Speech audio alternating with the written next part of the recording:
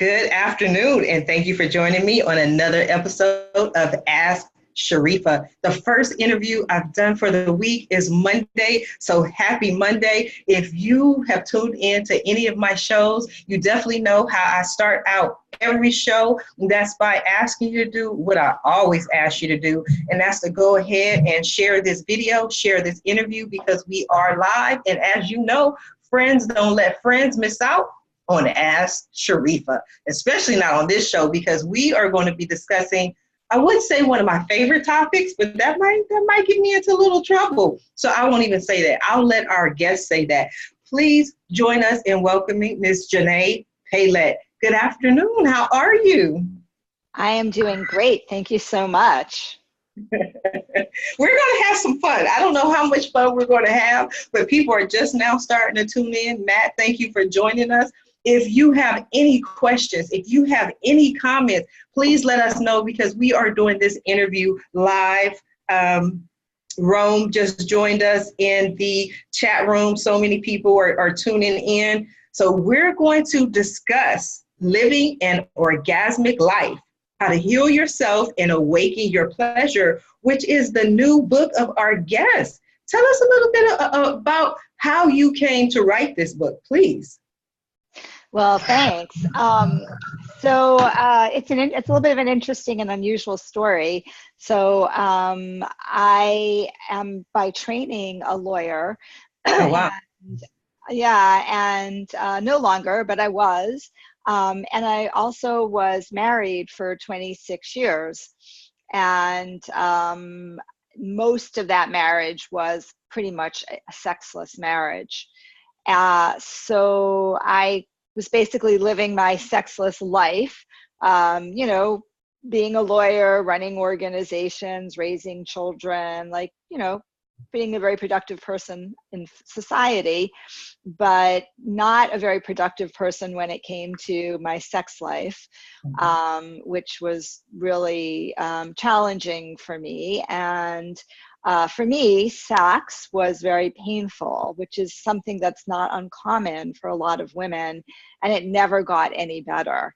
And so really, when I was maybe in my early 30s, I just said, I'm done. But we stayed together because we had kids, and, we were good parents. And I think I didn't have the courage to even address my issue, let alone leave the marriage. I've transitioned my life from being a lawyer who felt like I was a broken down woman sexually to being a full-time sex and intimacy coach, which I've been doing now for the last 7 or 8 years. And the book is really a book about my own personal journey, partially about my own personal journey. I'll show you a copy of the book. Here it is. Beautiful cover. I love it. Partly the book is about all of these clients that I've worked with and their own situations and their stories. And then there's a lot of information in the book about tools and techniques and skills, both to heal issues that we have around our sexuality. And a lot of us have issues around our sexuality. And then how do we actually bring pleasure into our life? So that's how I came to write the book. I really changed my life completely. And I know you talk about that on this program. I completely changed my life. It was like 360 degree turnaround, really. And became very passionate about helping other women. I mostly work with women, some men, and couples who are in sexless marriages or relationships, helping them learn how to improve their sex life, how to heal the wounds that they might have around sexuality. Wow, that is so interesting. And again, if you're just now joining us, Stacy joined us, Saskia, Kennedy, so many people are tuning in. If you're just now tuning in, we are discussing living an orgasmic life and Xanet's personal journey to go from being a lawyer to where she is now, helping other people. But if you haven't shared this interview, please go ahead and share it, because something tells me it's going to get interesting. If you have questions or comments, please feel free to ask. So one of the things that you mentioned is that, well, first, before I ask that question, let me just ask this. Are you still married? Are you and your husband still together? No, we separated about 10 years ago, just as I was, we had to separate. We had a divorce. There was no healing that relationship. It was too far gone. Oh, I'm sorry to hear that, but I've been married and divorced twice, so I understand. I understand there are situations where you can heal, and then there are situations where you go, "What was I thinking? There's no way this is going to work." I just wanted to know where you are now with that before I move forward into other questions. But you were in a sexless marriage. You decided you didn't want to be intimate. What are you able to share with us, or you're willing to share with us, about why you didn't want to have sex in your relationship, in your Oh, marriage? sure. I'm happy to share all of that. So really for me, the very first time I had sex when I was 16 years old, it hurt. It was painful. And it never got any better. And what I realized, but I didn't realize this until I, left my marriage when I was like I left around 49. What I didn't realize was that it wasn't just that sex was painful, but that there were issues, my own discomfort and shame with sex. Some experiences I had as a child that made me feel very ashamed around my sexuality, that made me have a lot of anxiety around sex. And that also caused like this anxiety pain cycle. And so my body just started to know that whenever I tried to have sex, it was going to be painful. Like we get into those cycles, right? Similar, like if you hurt your back, right? And you stoop down to pick something up. Every time you stoop down to pick something up, you're pretty sure that your back is going to hurt and you start tensing up. So it's the same kind of thing that happened.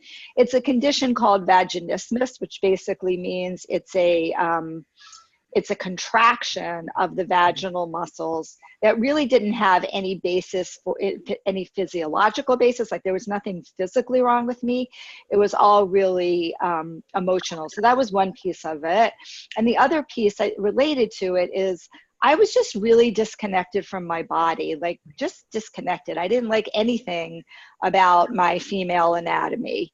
I didn't like the way I looked. I hated having my periods. They were, I had all sorts of female issues, like you name it, I had it. So that just made sex yucky. It was impossible. It was like, who wants to do this? And I never had any pleasure. I never had an orgasm. So given all of that, sex to have babies, great. I have two amazing now adult children, right? But, sex for pleasure or enjoyment, it was drama all the time.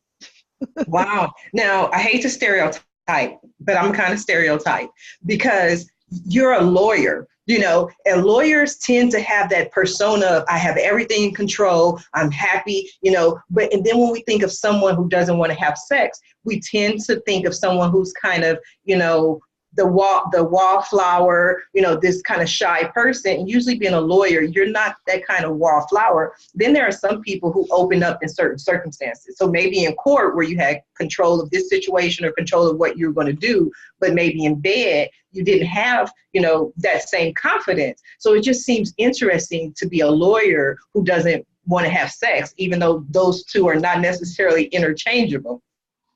Yeah, no, that's an interesting point. Well, I think your point around not being able to surrender is a huge piece for me, was a huge piece for me around not being able to have pleasure or have an orgasm, because you have to be able to surrender in order to do that. But the other thing about being a lawyer, and by the way, my ex was a lawyer too. The other thing about being a lawyer is that, we tend to be very thinkers. We're in our heads, right? And so when you're in your head, you're not actually feeling sensation in your body, or you're worrying about it. So for me, like my head was constantly thinking, oh, this is going to be hurt, or, oh, oh, shoot, I'm not having an orgasm, right? So I was constantly in my head, which is very much part of being a lawyer. And I wasn't able to really connect with what was going on in my body. And when I was able to connect with it, it was uncomfortable. So it was just a very, it was a negative place to be. But I think your point about the surrender is a huge piece for me, and for a lot of other women who have challenges with being able to let themselves go and enjoy sex. Absolutely. So you get a divorce, your husband's gone, you're a single divorcee. How do you then go to finding out about living an orgasmic life? Like what was that eureka moment like?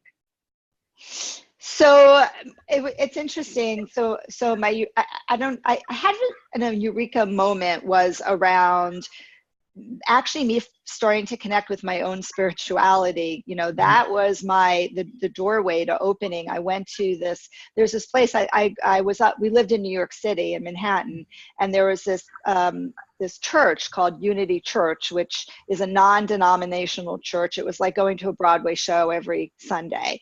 And I loved it. And I went to a retreat with them while I was still, no, I think this was after we had just separated. And in the retreat, you know, we started, you know, it was like a week-long retreat, and we were really, I'd never gone to a retreat before. We were doing inner work, which I'd also never done before. And I started journaling, and in the journaling, memories started coming up for me around shameful things that happened. So that began to open the doorway to like, oh, I can actually even look at this, because I had repressed all of these memories. And it's really hard to heal yourself when you don't even know what you're healing, right? Right. So that was the beginning. That was definitely the beginning of it. And that actually, after that, I started to feel like a stirring, like there was something inside of me that was like, oh, there's something here. Maybe I'm not dead.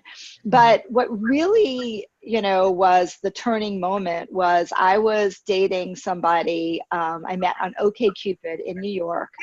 And he, yay, and he had done some Tantra, and I had no idea what Tantra was. But we were dating a little bit. And he called me up one night and he said, I just came back from this Tantra workshop and I want to show you what I learned, basically. Would you be open to a night of goddess worship? And I had no idea what he was talking about. I was like, well, what goddess worship? What does this mean? He was like, you know, I'm going to worship you as the goddess you are. And this is a guy who was not that nice generally to me. So it was like this huge disconnect. I'm like, who are you? Like, what's happened to you? Which also made me kind of curious. So we had a night of goddess worship, and that was amazing because, you know, literally he worshiped me as a goddess. He put a bath together for me, and there were roses on the bed and soft music. And he just said, like, this is your night, and I'm going to touch you the way you want to be touched, and you're not under any pressure. I'm not even taking my pants off. So, you know, I knew that sex wasn't going to happen. I don't even think we were having sex. And it was incredible. It completely changed my whole experience around sex. You know, it came from something that was it changed from something that was super goal oriented and felt like obligatory to like, oh, I can just like lay down and allow somebody to like honor me, which really started to heal some of the shame that I had, you know, around my sexuality. And he also taught me some breathing, and he taught me some energy techniques, and it was just a really powerful experience. And I think I might have even had an orgasm that night, which, you know, was very, very, very rare for me. And that was a turning point. And, you know, I kind of said to him, he was a really interesting guy. He was a doctor. He was a doctor, but he like ran a company. And, I said to him, like, I don't really know what this is, what happened, but all I know is I need to have more of this in my life. Like, I just had the sense that this was going to be a way for me to be able to heal what I felt was wrong and broken inside of me. And it was really powerful. So that was my turning point. And that's how my book starts.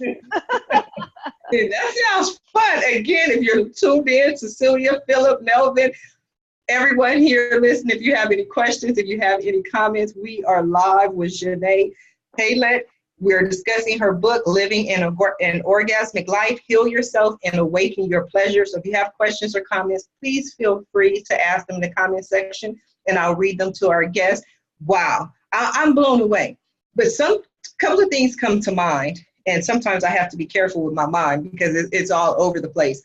But two things that you said, it seems kind of synchronistic in a way, that you went to this church, you started working on yourself, you started healing, and then you met a man who took his time with you. So my first question is, do you believe that if you had not gone to the church, if you had not done the healing, and you just simply met this man and he wanted to do all this stuff, that you would have responded the same way, felt the same way, had the same reaction? Because sometimes it is our partner, and sometimes certain partners just want to, do what they have to do and get on with their lives. And then you have someone else who's like, let me love you, let me be, treat you as a goddess.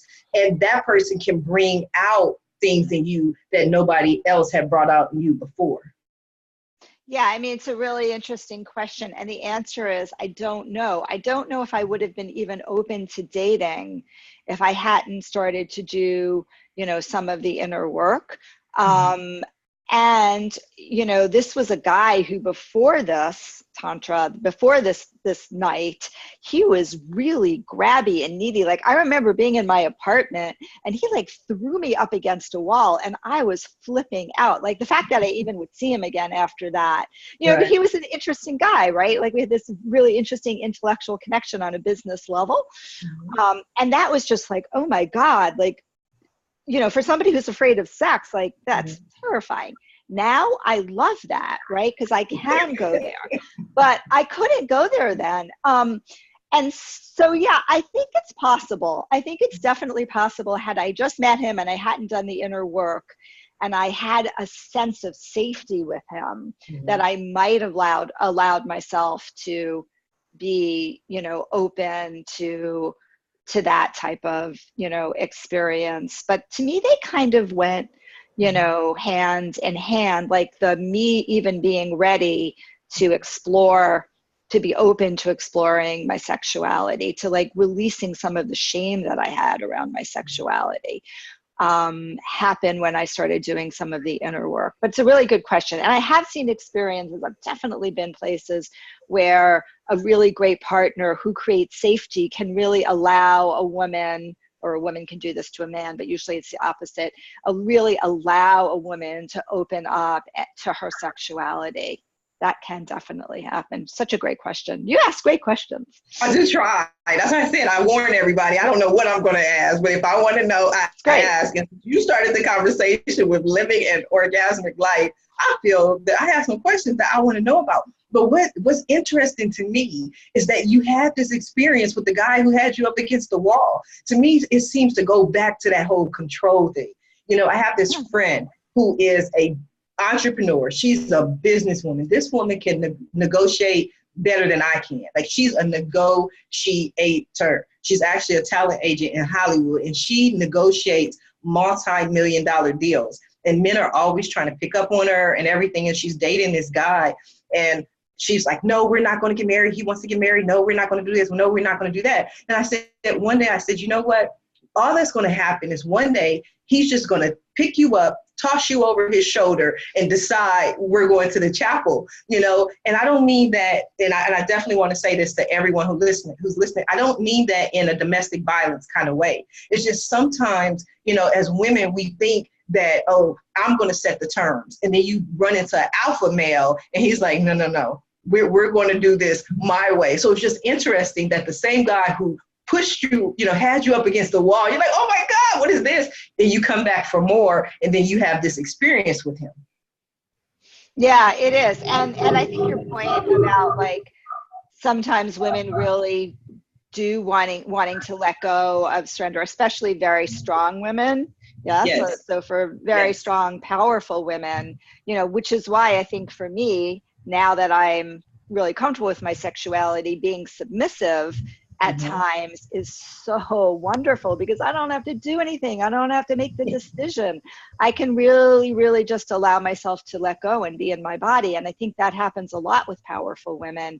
Many women actually really do want a man to be a little bit more aggressive and take them in a non-violent, somewhat consensual way, meaning like, I already know you, I feel safe with you. In that setting, I can allow myself to like be thrown down on the bed and ravished. I think that's part of what creates, and I write about this in the book, it creates the sexual polarity, right? The sexual charge between the masculine and the feminine is necessary for there to be really, really great sex. It doesn't necessarily mean the woman has to hold the feminine and the man has to hold the masculine. It could be reversed, but that does create the charge. So I think that's what, yeah, you're definitely referring to. Yes. So we're going to go back a little bit, because I've read the books on tantric sex. And yes, if you haven't read, any of our listeners, anyone in the chat room watching it live, you might want to check it out if you've never heard of Tantra.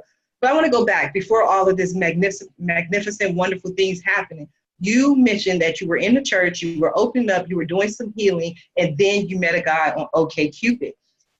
People these days may be a little bit frightened of even online dating. You know, again, I was married and divorced twice. Each of my marriages lasted 2 years. I was, done after 2 years, but the guy that I'm with now, we've been together for 11 years. And I met him online. And when I was online, all my friends, they nicknamed me 50 First Dates, because I would go Monday through Friday, I have a date. Saturday and Sunday, I have 2 dates each day. And people were like, what are you doing? I was like, I just want to get out the house. I just want to have fun. I wasn't looking for true love. I wasn't looking for a husband. I just wanted to go out, until I met the guy that I'm with now. And he was like, we going to close all these profiles. No more, none of this. And it's the two of us. But some people, they can't even believe that you were on OkCupid. How did you go from a sexless marriage to healing yourself to online dating? And who can we blame for that? Somebody said, you got to go. I can just feel that in my spirit. No, honestly, I don't know. I mean, I'd certainly had some girlfriends. Like at the time I was in New York and I had a number of girlfriends. We were all single, mostly divorced. I was the last one to get divorced. So I guess there was a little bit of that, happening, like that my friends were in the dating field.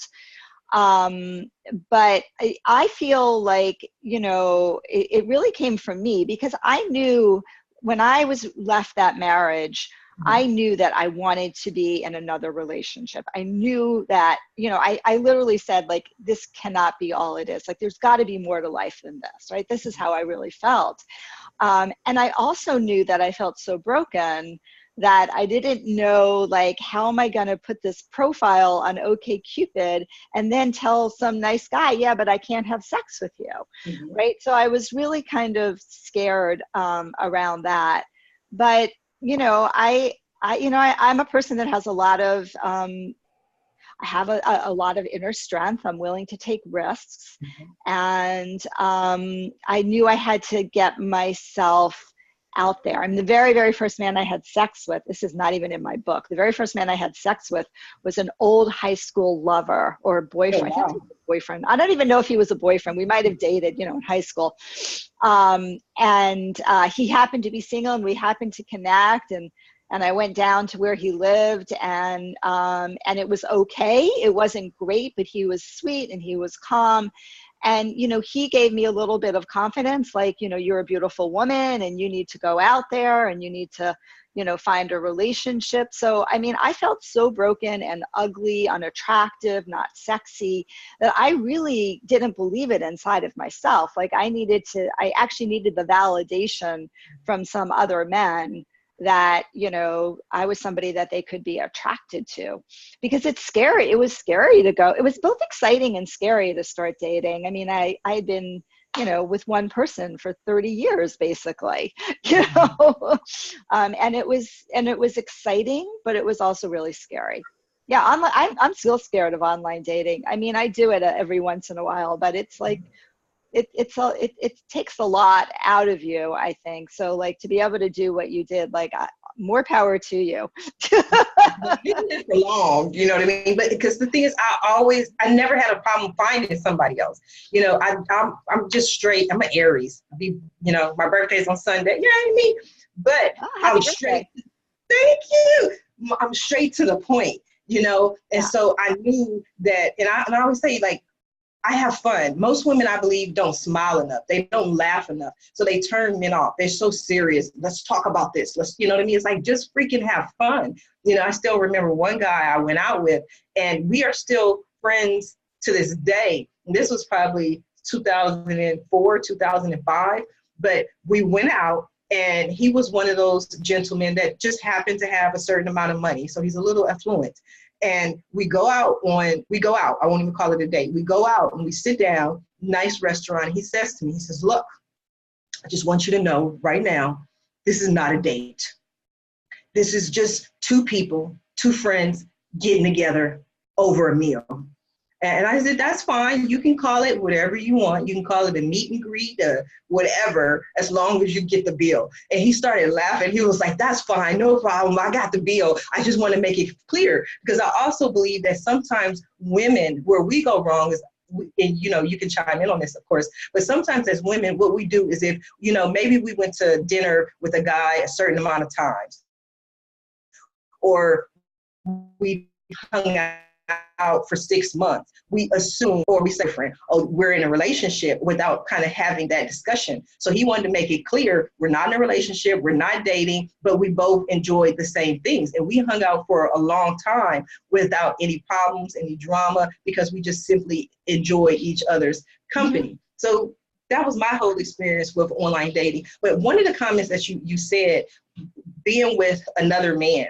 So I'm going to ask my question, but before I do, I want to welcome Cecilia, Dion, Melinda, Diana, Kat, Manuel, Francis. So many people are in the chat room. We are talking about sex, people. Where else can you talk about sex? I don't even know other shows that are doing this right now. We have our guest, Xanet Pailet, who has her book, Living an Orgasmic Life, Heal Yourself and Awaken Your Pleasure. Linda just joined us. So if you have any questions, any comments, if you want to discuss online dating, your thoughts on having orgasms, we are discussing sex. So ask your questions in the comments, make your comments, and I'll go ahead and read those to our guests.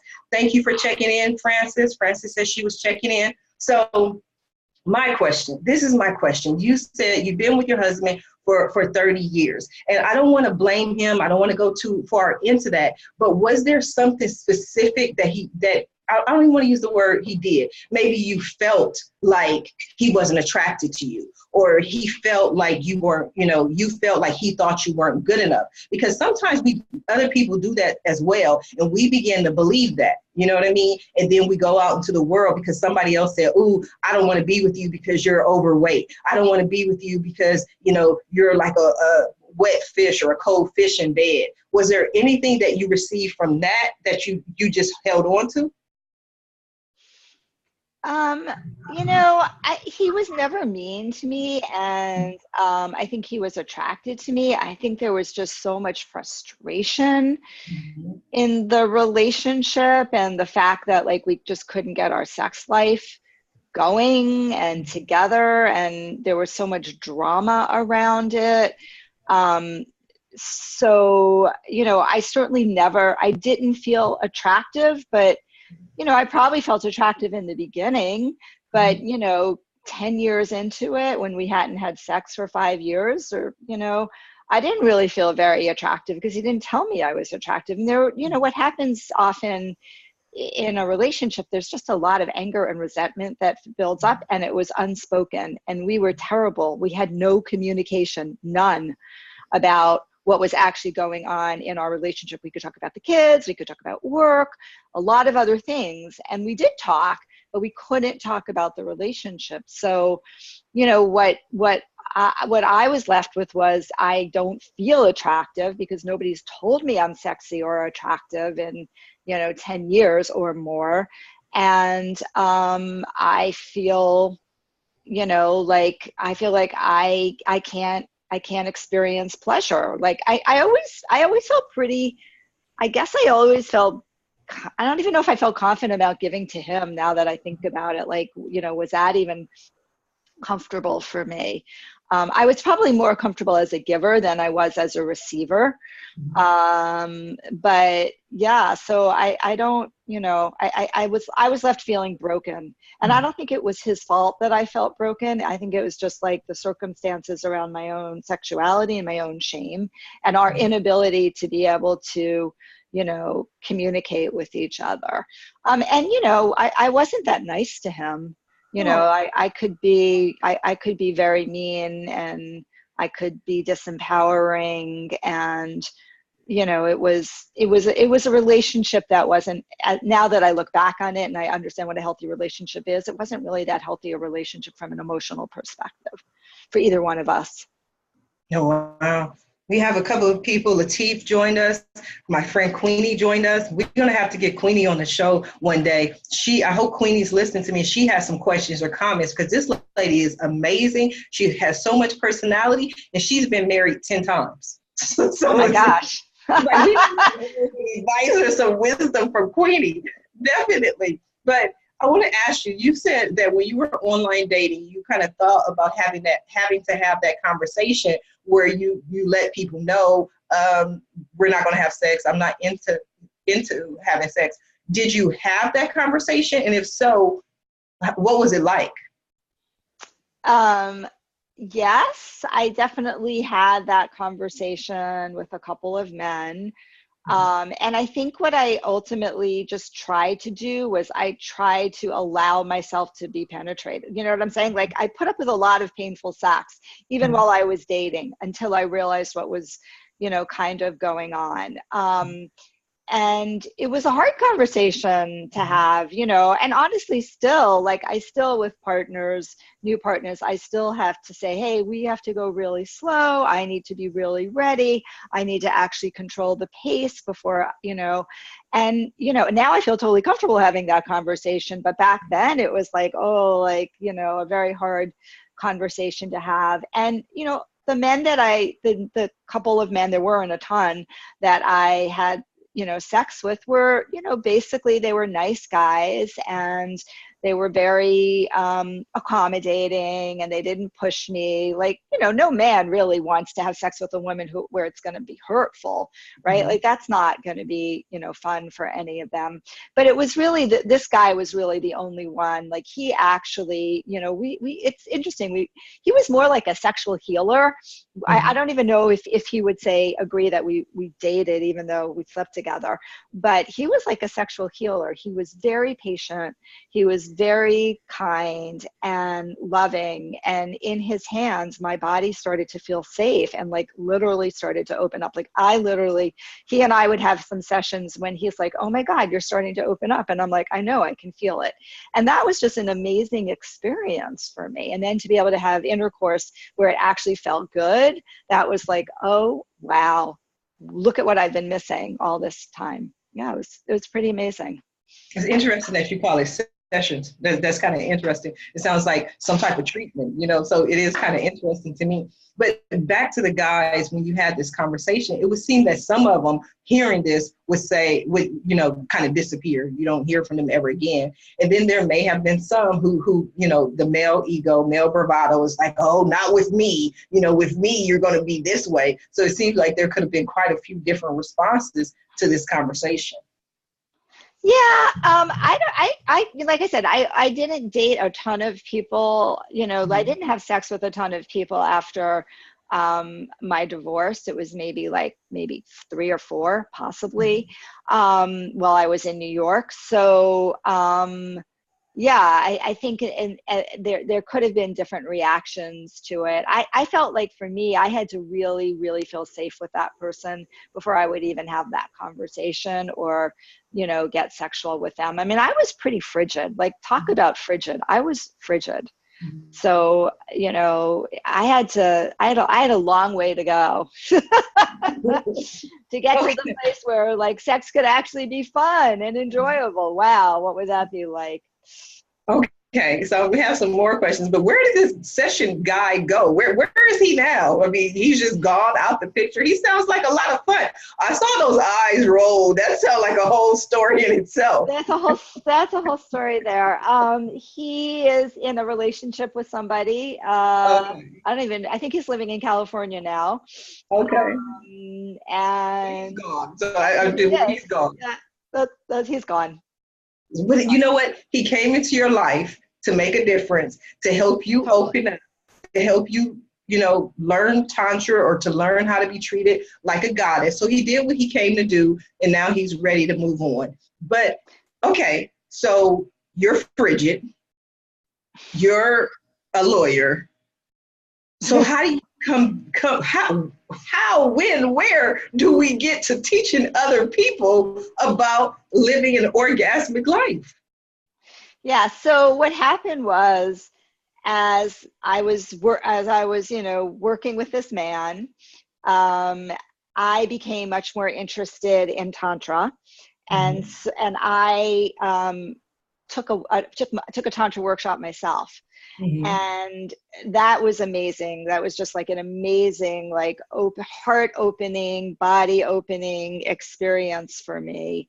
And through a variety of different reasons, I ended up leaving New York and moving to California. And in California, that's where all the Tantra teachers are. That's where all the sexuality is. So I just took a really deep dive into some of these different programs.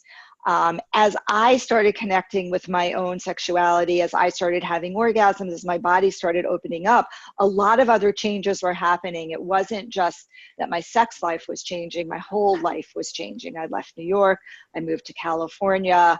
I worked for about a year, not as a lawyer, I was doing something else at that point, but, and just didn't like it. And for a variety of different reasons, decided I'm gonna leave this. And it just became super clear to me that I needed to take this deep delve into sexuality, and that probably this is somehow going to be my pathway forward as a career. And I didn't know that, I just felt it. And that's what happened, right? As I started connecting with my sexuality, as my juices started flowing, my creativity started flowing as well.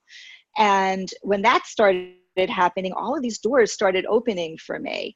And it was really like this amazing, it happened in a really relatively short period of time, like an 18-month period of time. Like I went from being in New York to like opening up my business and starting to do some work in the field of women's sexuality and men's sexuality at that time. But it was really it was that opening, that connecting with my sexuality, my orgasms, that allowed the creativity to start to flow. And then I just started doing one training program after another. Like I did a whole Tantra teacher training program, but I didn't feel like I really knew enough because I'm a lawyer, so I have to know everything. So then I did a Sexological bodywork training program, which was amazing. And in each of these training programs, we were also working on ourselves. So, I was continuing to push my boundaries, to push my edges, to explore more of my sexuality, to explore sexuality with women, to explore sexuality with men, right? So the whole doorway was just wide open. And it just became clear to me that this was my path, that the reason that I had all of these issues around sex and was in a sexless marriage was because my true passion was to be able to help women and men and couples who were in my situation not have to be in my situation. And, that was clearly what I was put on this earth to do. And I absolutely believe that and feel that. And the book emanated from that belief that I have a limited amount of time and people that I can see, but what if I can actually spread this message so that so many people can access the information and so many people can start to understand that they don't have to be broken, and, they can heal all of these different issues that we have around sexuality and have amazing sex and orgasms. Wow. That's the journey. That is. It is an interesting journey. Amber, thank you for joining us. Tammy, thank you for joining us. If you ladies have any questions or comments, we are live with Xanet Pailet, and we're discussing her book, Living an Orgasmic Life, Heal Yourself and Awaken Your Pleasure. Yes, look at that beautiful, beautiful book cover. Now, I'm going over today, but I'm intrigued. And when I get intrigued, that's what I do. So I have 3 more questions already just based on what you said. So I'm going to ask them all at once, just because that's what I feel like doing today, and just answer how you feel like answering. My first question is, you mentioned the healing. Do you consider yourself healed, or do you feel as if you have more work to do? The second question I have is, what is a session like with you? And what are people typically going through when they're like, hey, I got to live an orgasmic life? Like, I need to know all of that right now because I'm curious. Well, I mean, am I healed? Yes, I think in many ways I am. But I honestly think that, you know, and I'm sure you understand this, like that you never stop your personal, like I'll never stop the personal development growth. Like even after I die, I'll still be doing personal development growth. I actually really believe. Never heard that one before, but okay, I'm with you. Yeah. Because, you know, we're constantly like unlayering new things. So I certainly feel like I've healed a lot of my trauma. But, you know, I still have trauma stuff that I work with. I'm a trauma practitioner as well. So like, I'm very, very connected with that. I feel like I'm very connected with my sexuality, that I know how to touch myself and love myself and give myself orgasms. And, you know, I love being with partners, and that feels really good to me. And I think there's probably some things I'm still working on in terms of my own intimacy issues, that, you know, are still challenges for me when I'm in relationship. So that's why I said like work in progress is what I would say.